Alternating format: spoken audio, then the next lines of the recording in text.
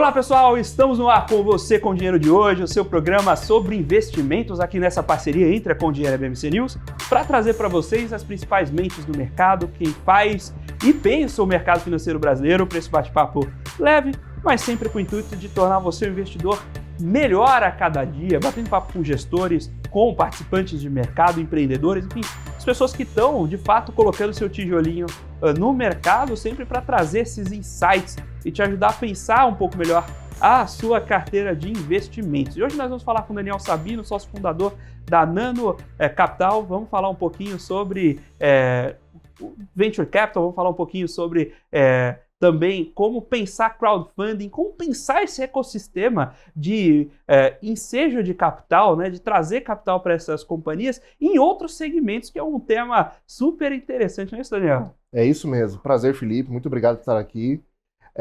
Contando um pouquinho da minha história, sou economista de formação, né? Fiz PUC São Paulo, tenho um pós pela FEA. E a Nano, a gente trouxe o projeto Nano, a gente começou uma ideia que nasceu lá em 2020, mas virou negócio em 2021. Eu acredito que como missão, a gente quer ser porta de entrada para boas empresas acessarem o mercado de capitais. Então, obrigado por estar aqui e vamos embora. Muito bem, vou começar então do começo desse projeto. Aí tem muita coisa para discutir, porque o acesso ao mercado de capitais no Brasil é muito particular. A gente tem uma bolsa que ela é grande o suficiente para que a gente olhe menos para fora, mas é pequena demais para a gente ter tanta gente ali dentro. Participando, então, né? Exato. E aí a gente acaba clusterizando em um segmento de large corporate. É diferente, por exemplo, do mercado indiano, assim por diante. Então, preparar a empresa para acessar esse mercado é um mundo diferente. Sim. Na verdade é o seguinte, quando a CVM lá em 2017 fez a primeira regra para crowdfunding, a ideia era o seguinte, vamos acabar com essa coisa de investimento anjo meio canibal. Então não tinha muita regra, startups estavam surgindo, tinham pequenos negócios que estavam começando a descobrir o poder do investidor anjo, tal, saiu a lei dos anjos, que não foi muito bem aplicada. E aí a CVM falou, bem, vamos criar uma regra, né? Já existia lá fora, a Inglaterra foi muito pioneira nisso via Crowdcube, foi a primeira plataforma do mundo a fazer crowdfunding. E eles criaram uma regra de formalizar esse processo entre empresas que querem acessar capital, acessar mercado de capitais e investidores. Então saiu lá na época, era 588, muito focado em startup, né? E em 2022 teve uma nova regra, que é a nova resolução da CVM, que deu uniformidade ao perfil de empresas, ao perfil de investidor e ao game, né? Como que funcionaria isso? Então, por exemplo, hoje o Equity Crowdfunding não é só equity, né? Uma coisa que todo mundo acha, vou lá comprar participação de empresa, apesar do nome não ser um nome de fácil citação e não ser necessariamente o que mostra na realidade.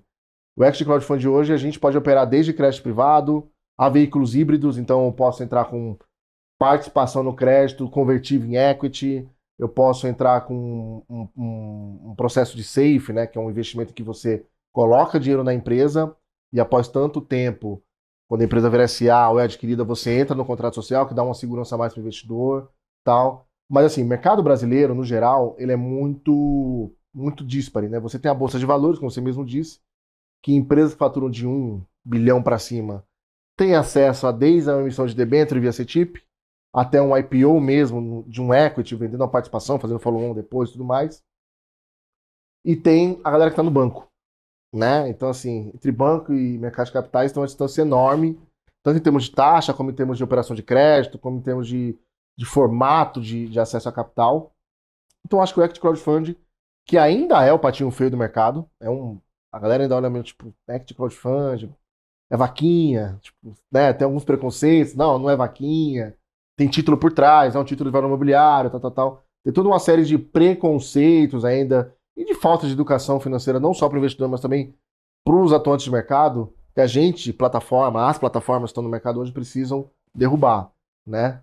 Mas esse mercado é um mercado que cresce muito rápido, né? Então, saiu um dado recentemente que das emissões de crédito privado no Brasil, a que mais cresceu foi as vias Equity Crowdfunding, ou seja, boas empresas, bons fundadores, bons projetos estão acessando o mercado de capitais via Equity Crowdfunding e no nível mais rápido do que os outros estágios de outras empresas. Então, quando você pega o middle market ali, que é aquela empresa que fatura de 200 a 500 milhões, que não necessariamente vai para a bolsa, mas já começa a trabalhar um banco de investimento, já começa a ter acesso a uma debênture, um CRI, um CRA, quando é um real estate ali, ou quando é um agro, estão crescendo menos do que quem está abaixo. Né? Então, o crowdfunding ali, quando você capta para a empresa que fatura até 80 milhões, é um puta risco. Né? Então, assim, pô, a empresa não tem a governança que tem uma empresa de capital aberto, a empresa não tem, né, às vezes, o nível de gestão que tem uma empresa com faturamento de 300, 400 milhões, não é tão profissional. Então, toda essa parte de estruturar a empresa, preparar ela para falar, amigo, você agora está entrando no mercado que você vai ter que compartilhar o seu balanço a cada 6 meses, o seu DRE, o seu contrato social vai estar aberto, você vai ter que fazer assembleia uma vez por ano. Todas essas regras são necessárias no crowdfunding. Nem todas as empresas estão preparadas, mas quando a gente faz aquele filtro bom, trazendo boas empresas, receita recorrente, com bons fundadores, a gente consegue achar bons deals que competem, assim, lógico, não em termos de escala, mas em termos de profissionalismo, com qualquer empresa de mercado de capital aberto. E você você tocou num ponto que é justamente esse preparo do empresário para aceitar algum nível de governança. Sim. Muitas vezes, quando o José Roberto Securato Júnior esteve aqui conosco, ele falava, né, que não existe conflito de agência quando o dono também é o executivo e é o empresário propriamente. Se você é o conselheiro, o executivo e o dono da ação, não tem conflito de agência. O que você faz está decidido e é aprovado por unanimidade. Sim. Né? Mas quando você começa a trazer participantes de mercado, seja para dívida, seja para equity, você precisa dar respaldo para o mercado. Alguém que não está no dia a dia da operação, não está vendo, não está dentro da sua cabeça, precisa entender e acompanhar o negócio. Esse tem que preparar esse empresário para dar essa transparência. Como é que é o trabalho de vocês para estar perto desse empresário e ensinar um pouco desse passo a passo para ele? Só para você ter ideia, o processo entre o empresário bater na porta da Nano e a gente colocar uma oferta no ar leva em média 8 meses. Não é um processo rápido, porque, como você falou, eu tenho que preparar um empresário e uma coisa maior, né? Então, trabalhar uma empresa que às vezes é familiar, uma empresa que às vezes o empresário tem uma relação muito próxima com o empregado, numa coisa mais profissional, né? Então, assim, primeira coisa é mindset. Você está preparado para transformar a sua empresa numa empresa de capital fechado, em que você toma decisões da canetada, como você falou, você é o CEO, o fundador e o conselheiro do negócio, é tudo. Para um negócio mais de crescimento mais saudável, né? Então, uma coisa que a gente vê de empresário é o seguinte, cara, você tem que escolher, você quer ser dono de 100% de um ou de 10% de 1000. Então, porra, vai ter uma diluição, não é fácil explicar para o empresário. O empresário brasileiro não está preparado para diluição. Governança, tipo, abrir as contas e dar explicações a cada 6 meses para uma assembleia de investidores. Então, a gente tem que preparar muito bem o mindset desse cara que está por trás da empresa, né? Então, isso é o principal. Quando eu falo de preparar a empresa no geral, teve casos, por exemplo, que na Nano, a gente chegou a falar o seguinte, pô, a empresa é bacana, o deal é legal, era uma construtora. A região que a construtora estava construindo, crescimento acelerado, só que quem era o CFO da empresa era a tia. E assim, puta, engenheiro bom, cara de projeto bom, arquiteta boa, a galera que fazia toda a parte de comercial muito boa, mas parava no financeiro. Então, a gente fala, pô, legal, vamos fazer aqui uma oferta pública para você, mas tem uma condição. Você tem que tirar sua tia. Então, às vezes a conversa não é fácil, né? Mas é necessária, tá? O empresário, de novo, a gente tem uma curadoria, só 8% das empresas que se candidatam conosco finalizam o processo para a gente poder ir para o mercado captar, né? E a gente, como tese, a Nano, a gente pega empresas que estejam dispostas a seguir fazendo novas ofertas no mercado de capitais. Então a gente quer que uma empresa que hoje faça crowdfunding, no futuro tenha um fundo imobiliário, tenha um FDIC para antecipação própria, faça um IPO, por que não?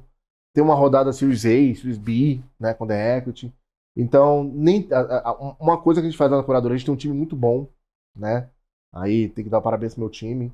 Então, toda a parte de originação, pegar a empresa, fazer toda a parte de due diligence, ver como é que tá o societário, como é que tá o financeiro, como é que tá a contabilidade, transformar aquilo num produto vendável, que é um outro processo também, e pós-captação ficar acompanhando essa empresa. Então, a gente, como teste, a gente gosta de estar muito próximo à empresa, tá? E, de novo, eu tô pegando investidor, a Nano nasceu com a intenção de pegar um investidor mais tradicional e trazer para esse patinho feio que é o crowdfunding. Então, grande parte dos nossos investidores tem contas em BTG, XP, Safra, em corretoras, bancos e tal. Então, o meu trabalho é fazer o melhor empresário, a melhor empresa, com o melhor produto, de forma mais segura possível, e isso exige um esforço muito forte pós-captação também. Então, tem o antes, né, que é selecionar bons empresários, o durante, que é preparar o cara para pós-captação, e pós-captação, que é acompanhar ele. Então é isso. Acompanhar, instruir até. Porque, como você comentou, a ideia não é que você pare numa rodada de captação. Sim. Você vai amadurecendo isso. E aí você vai evoluindo a qualidade de ativo daquele empresário no mercado. Sim. Uma coisa interessante que você falou, por exemplo, quando a Nano nasceu em 21, a gente pegou uma construtora no interior do Paraná que faturava 8 milhões. Pequena, mas tinha 23 milhões de recebíveis. Então, uma coisa que a gente faz para dar mais segurança para o investidor e ao mesmo tempo falar para o cara, ó, você está no risco também. É travar garantia. Oferta de crédito privado, todas têm colateral, de no mínimo 2 vezes o valor tomado. Essa mesma empresa hoje faturou em 2023 19, e tem quase 70 milhões de recebíveis.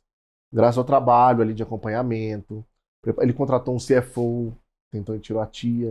Ele contratou um CFO da GV, entendeu? Um cara com experiência na área de real estate.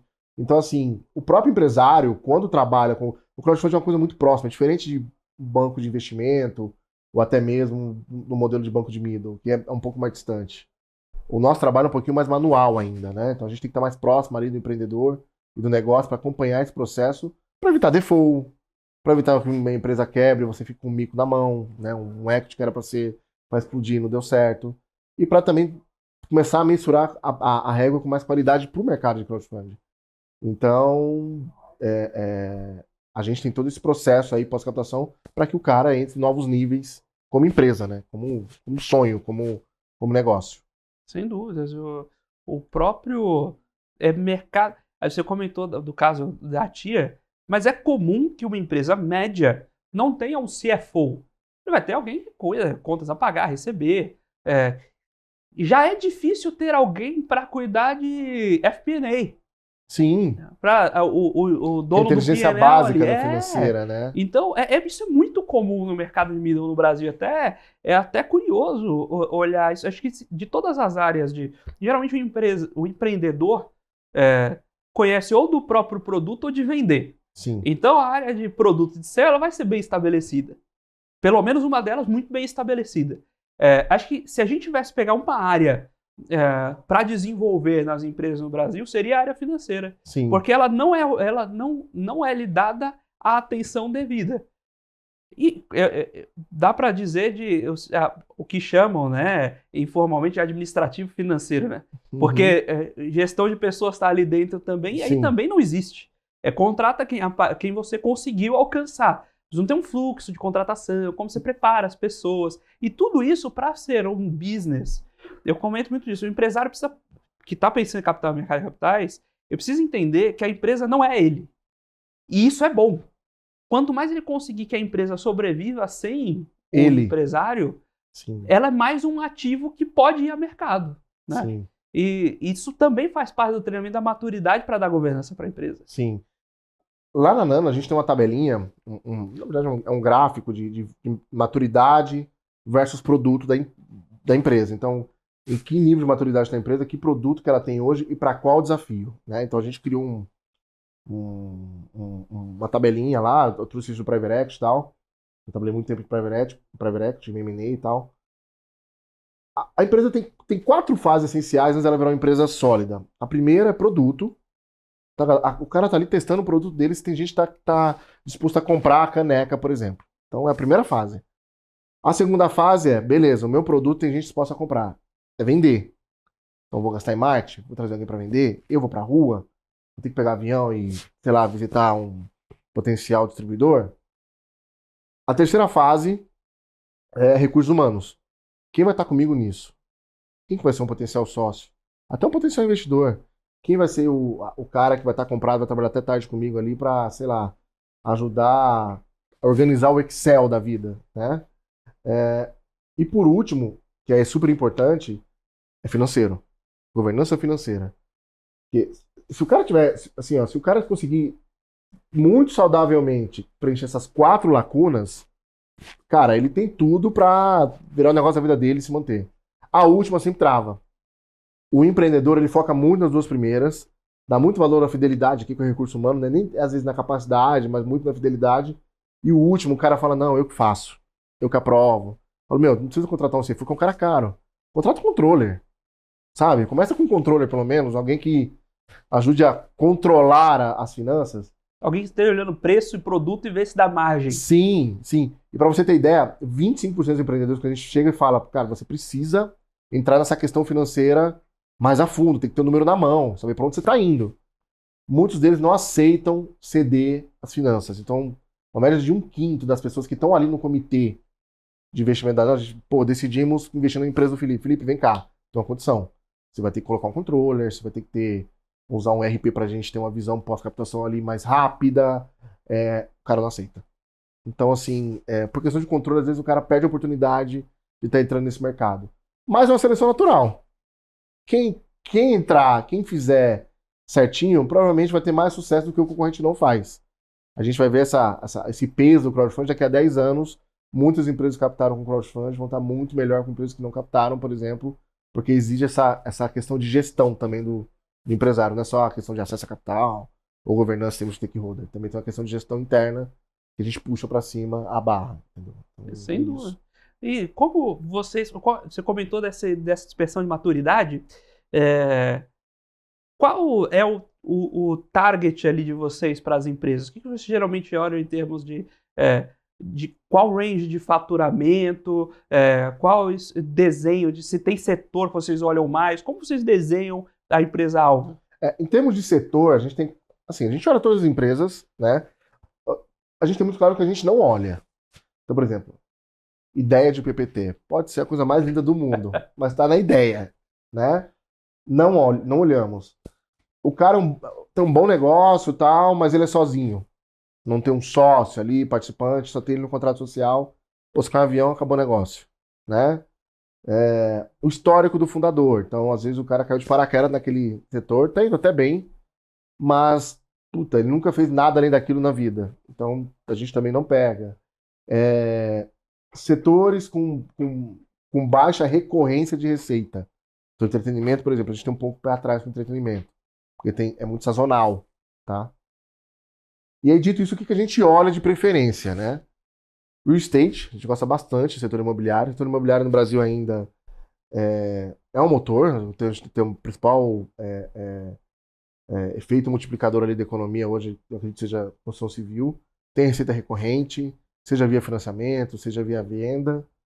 A gente olha muito varejo também, receita recorrente. Tem um colateral por trás, assim como o real estate tem lá o terreno, tem o recebível. O varejo também tem o recebível, tem estoque, tem uma série de coisas.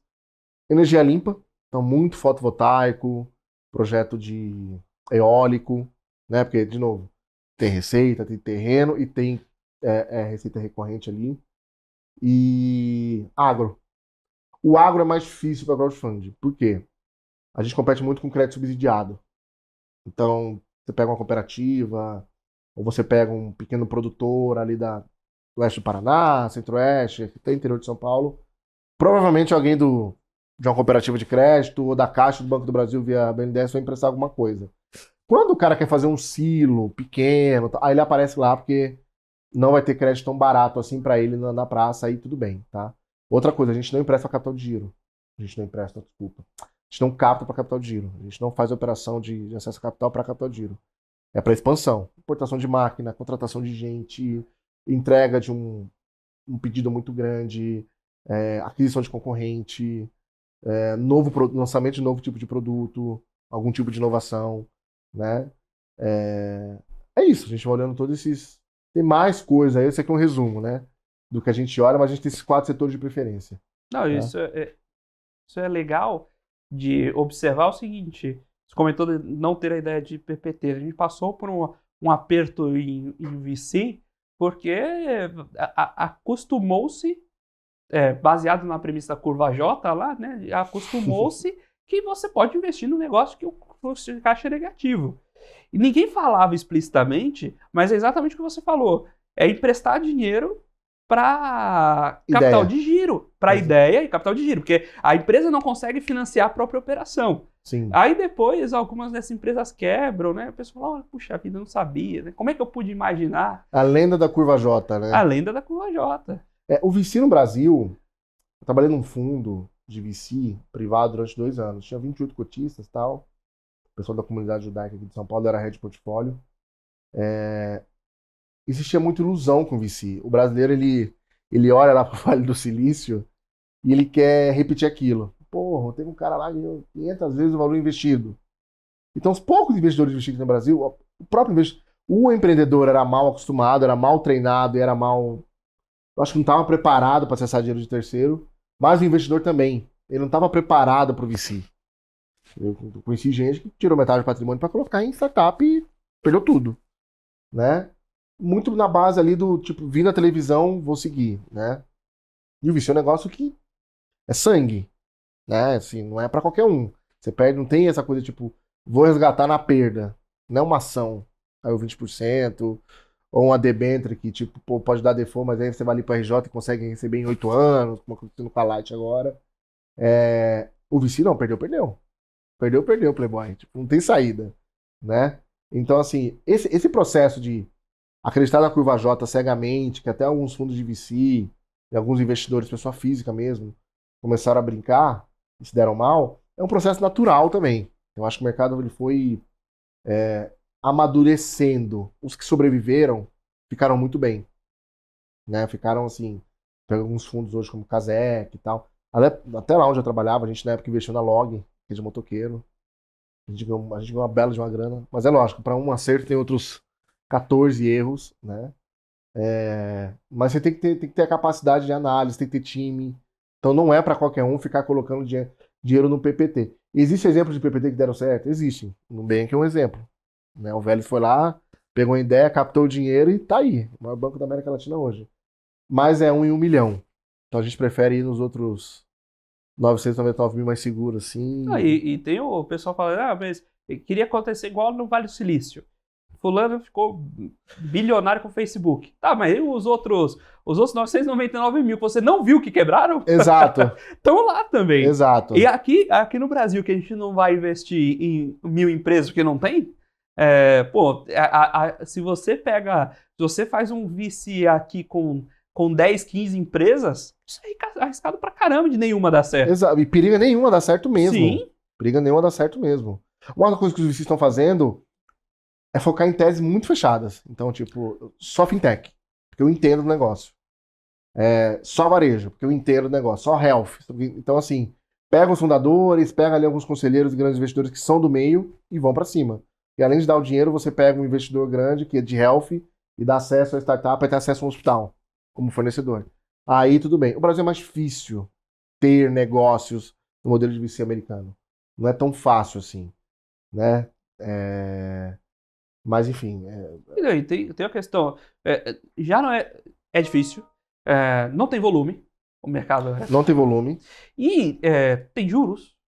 Compete, é verdade. Lá no mercado americano, o cara fala, legal, o cara no VC deu dinheiro. Se pegar a rentabilidade média, deve dar uns 20% ao ano, 25% para VC, assim, puro sangue. Sim. Dá 25% ao ano de CAGR.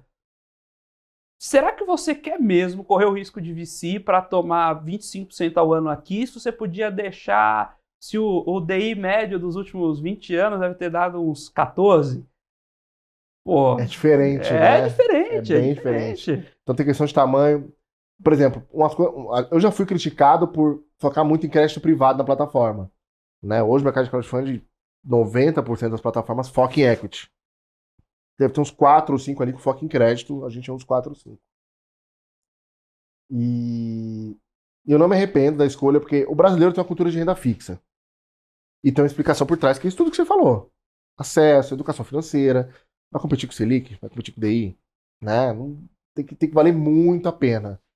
Então, quando a gente tomou essa estratégia, a gente falou, pô, o que os investidores gostam? O que eles veem valor? O que vale a pena entrar para arriscar ou não? O VC eu trabalhei de perto. Eu falei, pô, na boa, o Daniel, não sou muito fã de VC. Eu acredito que no Brasil, sendo pé no chão, o crédito é o melhor instrumento, tanto para o investidor quanto para o empreendedor, ter um crescimento mais saudável. Porque o VC também tem uma coisa de, às vezes, você, que é empreendedor, libera um pedaço da sua empresa, às vezes você pode colocar um cara que não baixa a cultura. Então, assim, o Brasil, de novo, a gente acabou de falar aqui que o brasileiro gosta de controlar a finança ele. As finanças, como é que vai pegar um cara, um anjo, você vai ter que ter um nível de transparência que você não está preparado para ter. Então, as relações começam a ficar ruins, entendeu? Então, assim, competir com o Selic no Brasil é mais fácil estar próximo da Selic, ficar na renda fixa, começar com o pé no chão, e aí você, que é um investidor que já tem mais grana, tem mais experiência, você pode até colocar um pezinho no VC, mas assim, o mínimo possível. Geralmente, uma coisa que a gente também dá dica, né? A gente tem investidores lá que investem em VC, dentro de casa, coloque em setores que você conheça muito bem. Né? Então, é isso. Esse eu trouxe eu acho que tem um perfil de controlar finanças, parece até o próprio empresário brasileiro tem um ponto de controle muito forte, né? A gente pega o próprio Facebook, que a gente já comentou aqui. Tem umas coisas no mercado americano que aqui não passariam. Por exemplo, de o Zuckerberg ter controle da companhia com 10% das ações. Aqui a CVM jamais deixaria. Isso é engraçado, né? Mas jamais deixaria. É verdade. Eu nunca parei para parar para fazer essa comparação, mas é verdade. Eles não, de jeito nenhum. O cara não tem. Porque o cara não tem o compromisso econômico. Aí acontece o que está acontecendo agora com o Elon Musk. Lá, eu tenho aqui, eu mando na empresa, mas eu tenho 20% dela. Tive uma ideia boa. Pô, eu não vou colocar nessa empresa porque eu só vou ter 20% dessa ideia. Então eu abro uma outra empresa, que é a história lá da tecnologia de AI ficar dentro da Tesla ou dentro da Starlink, que eu tenha mais controle. Aí eu aumento o meu benefício econômico. Se você não quiser isso, me devolve minhas ações.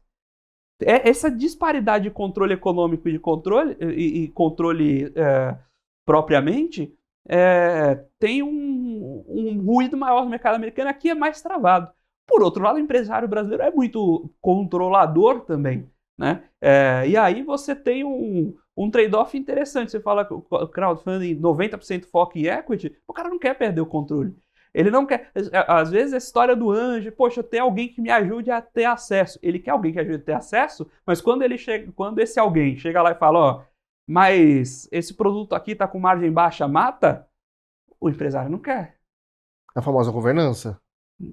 Governança, a galera confunde muito governança com ter conselho.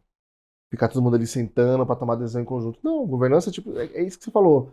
Cara, um produto ruim, que não tá tendo margem, que às vezes você. Tem muito empresário que se apaixona pelo produto, né? Não é meu, eu fui lá e criei, tal. Mas não tá dando retorno nenhum. Tipo, você gasta tempo, famoso 80-20, né? Gasta 80% do tempo e representa 20% da receita, mata. Não. Aí começam as brigas. Né? Tem muita briga.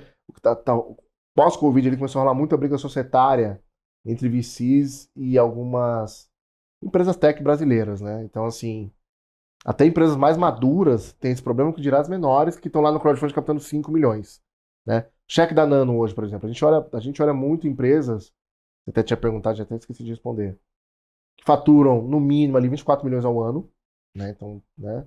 E o cheque nosso é de 4 a 10 milhões, tá? Então a gente rola alguma coisa de 2, 3 rola, mas não é o padrão. Para a média do mercado, a gente está bem acima. A média do mercado de crowdfunding hoje, acho que se não me engano, é 1.600.000 e alguma coisa. Né? Eu tô falando de 3 vezes mais. Né? E outra coisa que então, assim, em termos de ticket médio hoje de oferta de Canaan, é uma das maiores, se não a maior. E em termos de ticket médio por investidor, a gente é maior. Então, por exemplo, o mercado gira hoje 9, 10 mil reais por investidor ano. Não é nada. De novo, a gente é alternativo, tudo bem, a gente sabe o nosso lugar. Ninguém vai chegar lá e colocar 100% da grana dele. Espera-se. Espera-se. Mas a gente tem um ticket médio de 54, 55 mil reais. A gente focou muito no investidor de mais alta renda, que de novo está na corretora. Então esse cara, a gente foge um pouco mais do varejo, a gente gasta quase nada com marketing para trazer essa coisa mais orgânica e faz muita parceria com o corretor, escritório de agente autônomo, para vir e trazer o investidor mais qualificado para investir. Estamos batendo esse papo com o Daniel Sabino aqui da Nano Capital, sobre justamente o investimento em crowdfunding, como esse pedaço de pré-investimento, pré-VC, inclusive as limitações do resto da trilha do mercado. Quais são as dores do empresário que está buscando esse recurso, do investidor que aloca recursos nesse empresário e, inclusive, as alternativas de saída? Quais são as dores, por exemplo, de VC no Brasil e como pensar esse ecossistema de maneira a aderir ao empresariado brasileiro, de modo que isso faça sentido para todo mundo desse ecossistema. Agora nós vamos para um breve intervalo, daqui a pouquinho a gente está de volta com o segundo bloco do Você com Dinheiro de hoje.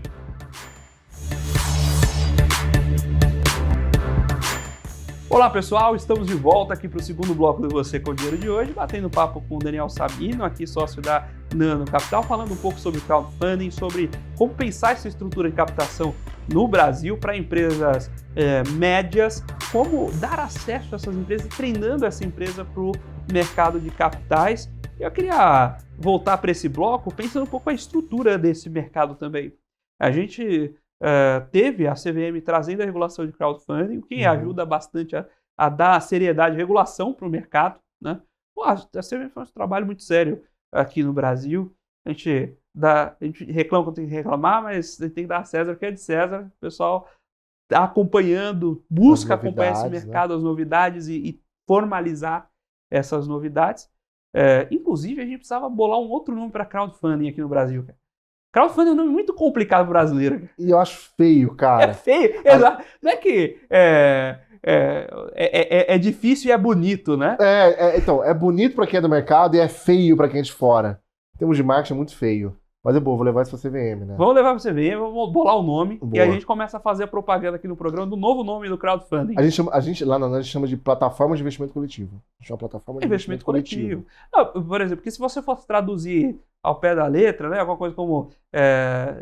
Fundos que gritando fundo, crowdfunding. Aí terminou de ferrar de vez, né, cara? Porque fundos que fazem barulho. Ninguém vai investir num negócio desse. Recursos que fazem barulho, né? Crowdfunding. Exato. Aí não dá certo. Então, a gente precisa bolar um nome brasileiro para isso. Urgente. Urgente. Aí a gente consegue levar o produto ao mercado. Senão, não... Porque isso... Eu tenho estudado muito essa associação de psicologia com investimento, né, essa parte de finanças comportamentais. E se o investidor busca maximizar a sua utilidade. Você que é economista, né, a curva de utilidade. Utilidade não é só dinheiro. Você pode ter um bem-estar. Às vezes investir na ação da Coca-Cola, porque você gosta de beber Coca-Cola, vai te trazer... Você aceita um retorno um pouco menor porque você gosta daquilo. Então você precisa se identificar com sua carteira para ganhar um prêmio sobre o mercado, né? E se você não gosta do nome do investimento, é uma coisa que fica te martelando, só aí você já atrapalha, cria atrito no mercado, né? E como você tem feito as estruturas de captação? A gente falou bastante sobre o ativo, encontrar as empresas, ticket médio, o cheque médio aí, mas e como é conversar com o investidor? Como está a regulação do crowdfunding tem desenhado isso? Você pode, por exemplo, lançar essas ofertas publicamente? Onde você lança esses informativos? Como você apresenta os produtos para o investidor? Legal. Conta um pouquinho agora do lado da captação desses recursos. Legal. Uma coisa que a CVM obriga a gente é que é o seguinte: quando você lança uma oferta pública via investimento coletivo... Vamos treinar, vamos bater ali, vamos ver se cola. Vamos ver se cola. O investimento coletivo, ela obriga que seja todo o cadastro da parte de dados do investidor seja feito dentro da plataforma. Isso é bom, mas também é um impeditivo para escalar com relação a outros distribuidores. TVM, um banco, por exemplo, digital, a gente poderia ter lá invista aqui na oferta X, né? Isso hoje não tá permitido, mas, né, a gente está trabalhando aí junto à CVM para ter esse processo. Do ponto de vista do investidor, você falou muito da coisa da heurística, né? Do psicológico ali de investir em empresas em que eu me identifico. isso é uma coisa muito geracional. A nova geração olha muito isso, né? Lá fora, de novo, na Inglaterra, que é o Crowdcube. O Crowdcube ele cresceu, captou 1 bilhão de libras em 8 anos, fazendo essa ponte entre o consumidor do produto e o produto. Então, de início, eles não focavam muito na tese, nada disso. Quantos seguidores tem no Instagram? Era uma das perguntas, assim, tipo, você tem muito seguidor no Instagram? Quem Que tá você ia consumindo seu usar esse produto? próprio consumidor. Você usar isso como base para investir, né? E no início, lá, aliás, tem plataformas que fazem isso muito bem. A DivHub faz isso, o pessoal da Start Me Up, né? Enfim, tem concorrentes mesmo que fazem isso muito bem. Mas a Nano, a gente, de novo, a gente se vende muito como alternativo para o investidor. Tipo assim, cara, você que é um cara, talvez não um conservador, mas você que é um cara moderado, tem 70% da sua carteira em renda fixa, 25% em ação, sobra 5 ali. Para esse cara, a alternativa hoje é cripto. É muito louco. Eu acho que o pessoal de cripto fez muito bem esse tipo de educação. Tipo assim, cara, pega ali, coloca numa criptomoeda que você vai ter uma segurança contra governo, né? Você vai ter vender outras coisas além do investimento. E o investidor pegou. Com muita dor. Teve pirâmide no meio, né? Muitas. Teve gente que colocou muita grana no alternativo e quando derrete, o cara se dá mal. Mas hoje acho que o investidor brasileiro começou a ter um pouco de mais maturidade e perceber que ele pode colocar em coisas que às vezes está fora da própria corretora do banco sem nenhuma dor de cabeça. O importante é mais, de novo, a heurística, o que ele se identifica, do que propriamente dito ali os produtos que estão disponíveis para ele. Né? O investimento coletivo, a gente quer levar isso também para você falar, pô, coloca 1, 2, 3, 5% da sua carteira, dependendo do seu perfil de risco, dentro de um ativo que está correlacionado com bolsa. Então, o dólar subiu, o dólar caiu, sei lá, o Lula escorregou, o Bolsonaro bateu a cabeça. Não vai mudar nada o valor do seu ativo, né? É uma segurança com relação a isso. E você vai ter, para o investidor também, é uma forma de educação. Ele vai ter acesso a documentos, de novo, DRE, balanço, tal, que às vezes na corretora dele não é tão fácil achar. O investidor não vai ler um balanço de uma empresa SA de capital aberto. É gigantesco, tem um monte de lá de auditoria no meio, né? O crowdfunding ele consegue até ser um primeiro passo para quem quer investir em equity melhor, saber o que ele tem que ler ali. O que é o índice de liquidez seca. A gente ensina lá isso na plataforma, né? O que ele tem que olhar em termos de garantia, tá lá no balanço patrimonial, a gente indica também, ó. Quando você for olhar o balanço, olha isso daqui, olha recebível, né? Então, assim, tem muito um trabalho de educação pro lado do investidor, né? As captações, quando a gente lança, a gente fala que a gente chama de mini IPO lá dentro. Então, a gente vai lançar. A primeira coisa que a gente faz para aquecer é o seguinte: a gente não faz nenhuma oferta pública que não tenha, no mínimo, 1/3 comprometido do total da oferta. Pô, vou captar 6 milhões. 2 já tem que estar pré-comprometido em alguém. Então a gente bate perna junto aos nossos parceiros assessores, né, e alguns outros parceiros de distribuição. Os parceiros olham, entendem o projeto, conversam às vezes com o empresário e fala, beleza, vou distribuir aqui na minha base, tá?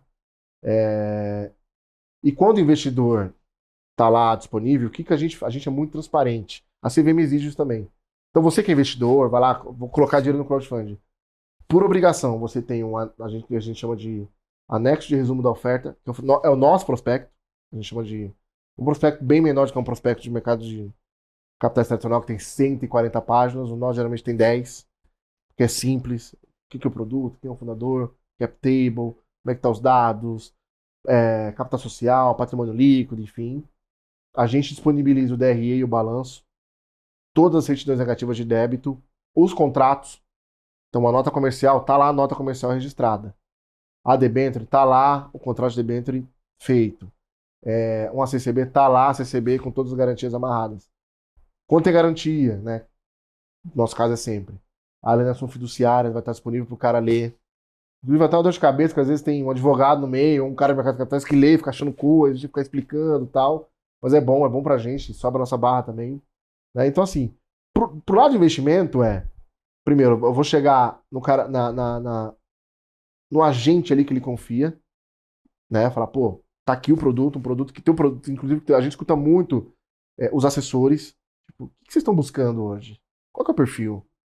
Né? Em termos de cheque, em termos de tamanho de ticket mínimo e tal.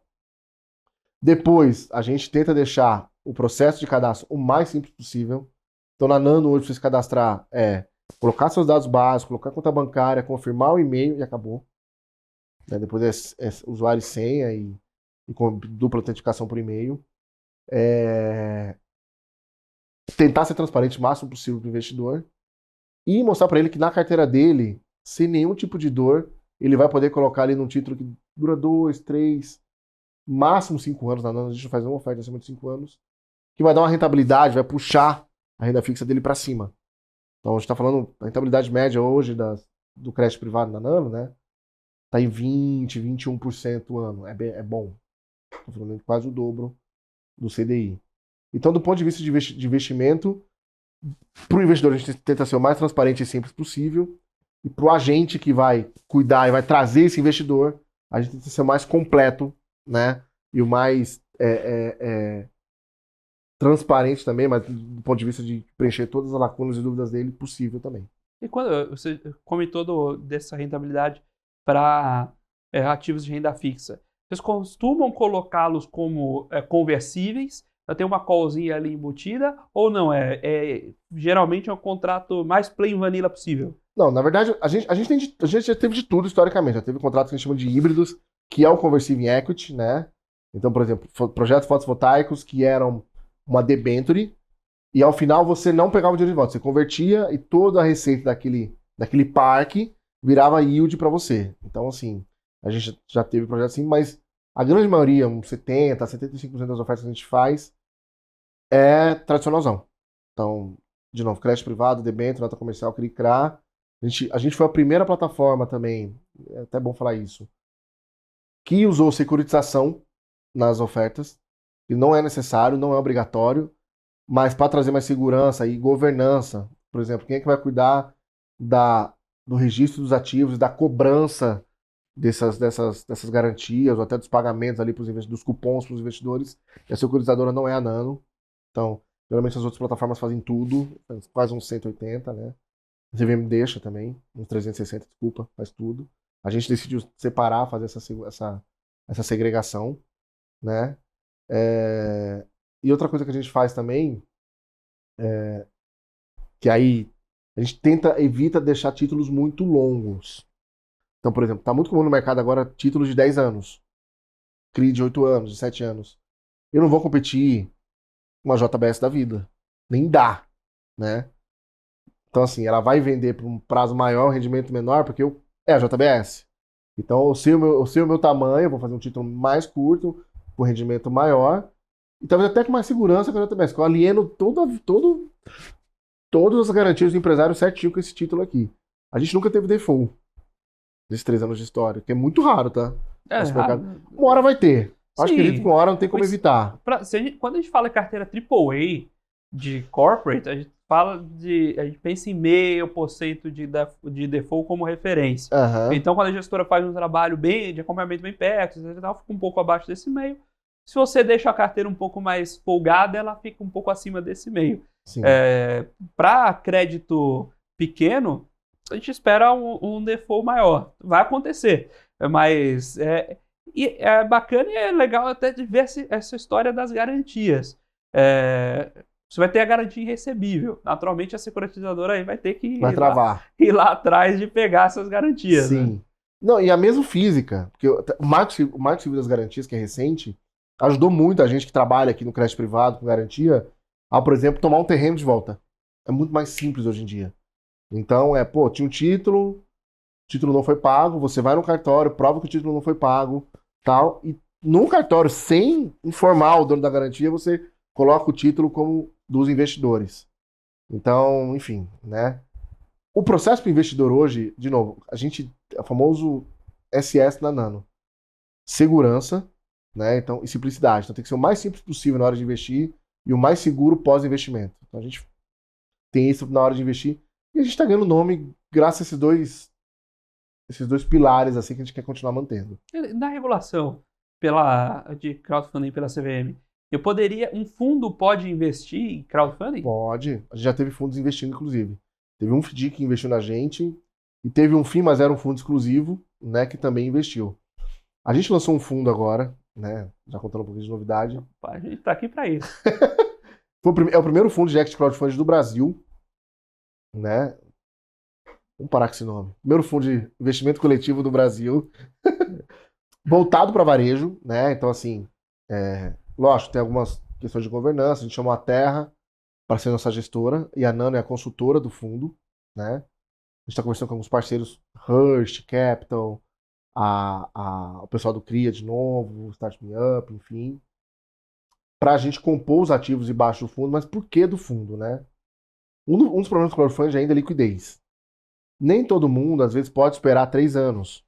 Por mais que o cara tenha 5% da carteira, por uma emergência ele tem que liquidar 100 daquele tempo, por uma doença, por um problema de oportunidade de, sei lá, ir embora do Brasil, enfim, né? A B3 é parceira nossa para secundária, mas o secundário ainda não é o forte do mercado de crowdfunding. Então a gente lançou o fundo para, em primeiro lugar, dar uma liquidez. Então hoje o fundo ele vai ter uma composição de 40% em título soberano ou bancário, né, com liquidez diária, e os outros 60% focando em crédito, né? R$1.000 de investimento mínimo, bem baixo, para popularizar mesmo, e liquidez de D60. Então, assim, você precisa mais esperar. Liquidez mais curta que muito FIA aí, né? Muito, muito curta. E assim, a pedido também, escutando de novo o mercado. Tipo assim, a gente, na verdade, queria fazer D180. Não, tá muito longo, que não dá, que não sei o quê. Tá bom, vamos fazer D60, dá para fazer ali. A gente tá dizendo até ofertas de 3, 4 meses, ofertas extremamente curtas com outras plataformas. E aí eu não tô falando mais do nome da Nano, eu tô falando do mercado de crowdfunding inteiro, né? Então, eu tô falando que hoje eu acho que tem 56 ou 57 plataformas cadastradas. Dessas, umas 17 estão ativas, né? Ativas que a gente quer dizer o seguinte, teve mais de uma ou duas ofertas rodando no último ano. Só que assim, esse mercado ainda é pouco conhecido do mainstream da Faria Lima. Então, e a Faria Lima, tudo que ela não consegue precificar, ela fica com um pouco de medo, né? Cara, você coloca prêmio, vai amassar o preço. Exato. Então a gente fez o fundo para trazer um investidor de varejo, para dar diversificação de risco. Então você vai ter várias, ao invés de investir no crowdfunding um ativo só, você vai investir em vários ativos, tem uma governança boa, então a gente limitou o fundo a 20% dentro da mesma plataforma, do capital de 60% disponível, no máximo 5% no mesmo ativo. Então, assim, a gente pretende ter uma pulverização legal, tem uma capacity de 60 milhões, o mercado não tem hoje crowdfunding. Por que você faz um fundo de 200 milhões e faz o crowdfunding bombar? Porque não tem essa capacidade de seleção de ativos ainda, a gente reconhece isso, esperamos ter em breve, né? E acho que para o mercado é uma solução boa, para o investidor é uma solução boa, para o mercado dá uma segurança, porque, de novo, vai ter um administrador fiduciário cuidando do cotista, vai ter uma custódia que não necessariamente é a plataforma, né, como acontece hoje, eu vou poder colocar nas corretoras de forma mais fácil, né? E a gente, de novo, trabalha bem o B2B, a gente é autônomo, a gente tem 2 corretoras parceiras, tem fundos que aplicam lá, só que para o fundo o crowdfunding é muito pequeno, às vezes, dependendo do tamanho da operação. Então a forma que a gente fez de tentar sempre inovar ali e levar isso para o mercado mainstream, a gente montar um fundo em parceria com a Terra. Aí você tem tem o limitador de crescimento, de montar o tamanho do fundo em D0, mas conforme o próprio mercado for conhecendo, você consegue tanto captar mais quanto Alocar mais. né? Os próprios empreendedores, né, acho que ainda não pensam nisso como uma oportunidade, captar dívida com um pezinho no mercado de capitais. Então, conforme isso vai se tornando popular, sim, você consegue, o próprio empreendedor vem atrás de você e você consegue aumentar essa base. Capilaridade, né? Os FDICs cresceram demais nos últimos anos. Exato. Né? Porque o empreendedor começou a ver que ele não precisa mais pegar só dinheiro no banco, pode pegar no FDIC. Mas ainda assim não é uma operação muito bem estruturada para ele. Porque às vezes é curto prazo, é troca de duplicata só 6 meses. Quando eu vou fazer um projeto de 5 anos e eu faturo 100 milhões, eu não tenho para onde ir. O FDIC também fica meio limitado, porque o que ele faz? Antecipação de recebível, ou quando você tem ali um cliente muito claro, então antecipação de recebível para fornecedor, ou crédito de cartão de crédito. Sim. Né? Esses projetos mais curtos do FDIC são bem alinhadinhos, né? Exato. Aí tem um espaço aí entre o camarada que compra e vende com 30 dias até os projetos industriais que levam 20 anos, pô, tem um mercado Tem um grande gap aqui. gigante, exatamente, tem um gap gigantesco. E acho que o FDIC cresceu também porque o investidor perdeu medo do FDIC. Sim. Então, se você pegar os gestores, eles explodiram assim, em termos de AUM, né? Porque eles fizeram o trabalho que a gente está fazendo agora no crowdfunding também. Vamos perder esse medo. O processo de análise de crédito melhorou. Tem muita tecnologia envolvida hoje em dia. Então, uma coisa que no crowdfunding a gente tem que ter, teve uma discussão recentemente na BFintech, né? Faz parte de um comitê lá, que é melhorar e agilizar esse processo de análise de empresa e análise de crédito. Mas eu acredito que a gente está no caminho certo e o fundo vai ajudar muito esse mercado a voar.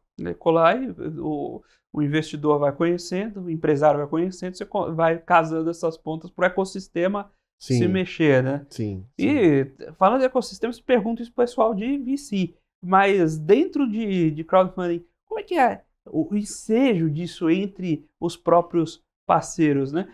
Você falou lá no começo do programa de o brasileiro esperar que o Vale do Silício acontecesse aqui. Existe um ecossistema lá de empreendedores vinculados a universidades que fomenta aquela região. A gente está construindo isso por aqui, e se não, o que falta? Então, boa pergunta. Eu acho que tá e não tá, tá? Faz tempo que não fazia essas perguntas filosóficas no programa. Então, fazer o entrevistado pensar. Eu acho que tá e não tá. Eu acho que é o seguinte, o empreendedor brasileiro, né, que passa ali de 3, 4, 5 anos montando o negócio dele e crescendo constantemente, ele tá acima da média global, assim, quando ele chega no estágio, tá? Ele precisa de menos dinheiro do que a galera do Vale do Silício. Mas eu acho que tem 2 fatores aí que evitam a gente virar o Vale do Silício. A primeira coisa é o apetite a risco do brasileiro com a Selic ou com um DI tão alto. Então, enquanto a DI for alta, vai ser quase impossível ter um Vale do Silício aqui. E a segunda coisa é a questão que você falou das universidades, do conhecimento. A nossa capacidade de inovação, nossa capacidade de gerar patente, a gente recentemente captou uma empresa de bioplásticos, né? Em que os 2 fundadores são 2 doutores, não são de negócio, são 2 químicos. Um estudou na França, fez pós-graduação. Mas os caras têm 8 patentes aqui nos Estados Unidos e na Alemanha. Então, por exemplo, eles fazem canudo de plástico, com resto de cevada e caroço de açaí. E é o único biodegradável e bioplástico biodegradável do Brasil com 0 de químico. Porque todos ainda tem um pouquinho de petroquímico no meio e tal. Eles são, você plantar, ele some, ele aduba. Criança pode comer o plástico, não dá nada. Eles vão estar no Rock in Rio agora, eles ganharam lá a licitação para fornecer toda a parte de plástico no Rock in Rio. A gente fez equity com eles, captaram, né? Mas, pô, os caras tiveram que ir para fora, né? Ter um anjo ali de fora para poder começar o negócio. Então, no Brasil ainda falta essa aproximação de dinheiro com disponibilidade de correr risco e conhecimento interno. Então, às vezes, a gente até tem um investidor, a gente tem até bons empreendedores, mas o cara que faz o instrumento, que é o fundo, que decide para onde vai o dinheiro, e as universidades, elas não se conversam, não estão no mesmo ritmo. Então, eu acho difícil a gente ter um Vale do Silício no Brasil. Acho que estava na hora de a gente tirar isso da cabeça, assim, tipo, esquece isso, não vai rolar aqui. Aliás, não rola em nenhum lugar do mundo, é lá, só lá. A gente tá criando um modelo nosso, dentro das nossas limitações, assim. Uma coisa que estimule universidade, governo, investidor, gestão, né, gestoras, enfim, e empreendedor, a trabalhar num modelo mais tropical, mais nosso, assim, que faça sentido, entendeu? Então é isso. Pô, obrigado pelo papo. Obrigado. Fiquei muito feliz de conhecer a tese, conversar aqui com você. Por incrível que pareça, já acabou. Rápido. É incrível, né? É muito rápido. Mas eu fiquei muito feliz de trazer esse papo e vou deixar aqui o espaço, você fica à vontade de conversar com a nossa audiência aí, deixar os contatos da Nano, quem quiser procurar você. Legal. E a companhia aí, o espaço é seu. Queria agradecer o Felipe e todo o pessoal da BMC aqui por me receber. Visitem o site da Nano, nanocapital.com.br, se cadastrem, não precisa investir, aprenda esse mercado, leia lá os materiais, a gente tem um processo educacional bem simples e didático, tá? Sigam a gente nas redes sociais, nanocapitalbr, tá? @nanocapitalbr. E você, empreendedor, que tá aí sofrendo, tá lá no interiorzão do Brasil às vezes, Aliás, grande parte das nossas captações é a galera do interior, fora de São Paulo. E que tem um negócio ali, dos setores que eu falei, real estate, agro, varejo e energia limpa, entre no site da Nano, tá? Vai lá em atendimento e coloque a opção de captar. A gente vai analisar o teu negócio. E você que é assessor, né, de investimento, você que está aí, que trabalha com investidora, ou cuidando do planejamento, ou oferecendo algum investimento para ele, a gente também tem a área de parceiros. Vai lá, se cadastra também, que a gente vai entrar em contato e vamos levar alternativos aí para a sua carteira e a carteira do seu cliente. Maravilha, muito obrigado mais uma vez pela sua participação. Obrigado, Felipe. Muito obrigado também à própria Nano Capital por ceder aqui a participação do Daniel. Muito obrigado para você, investidor, profissional de mercado, telespectador aqui da BMC News, pela sua companhia, pela sua audiência. O Você com Dinheiro vai ao ar de segunda a sexta, sempre aqui no mesmo horário, para trazer para vocês essas mentes que fazem e pensam o mercado financeiro brasileiro. Se você quiser saber um pouco mais sobre a Com Dinheiro, como ela pode ajudar você, seus investimentos e o seu negócio, visite www.comdinheiro.com.br, manda lá também para a gente um e-mail, sua dúvida, sua sugestão, seu feedback. Quem você gostaria de ver aqui conosco na cadeira do Você com Dinheiro, manda lá em contato@comdinheiro.com.br. Você com Dinheiro de hoje vai ficando por aqui. Muito obrigado e até a próxima.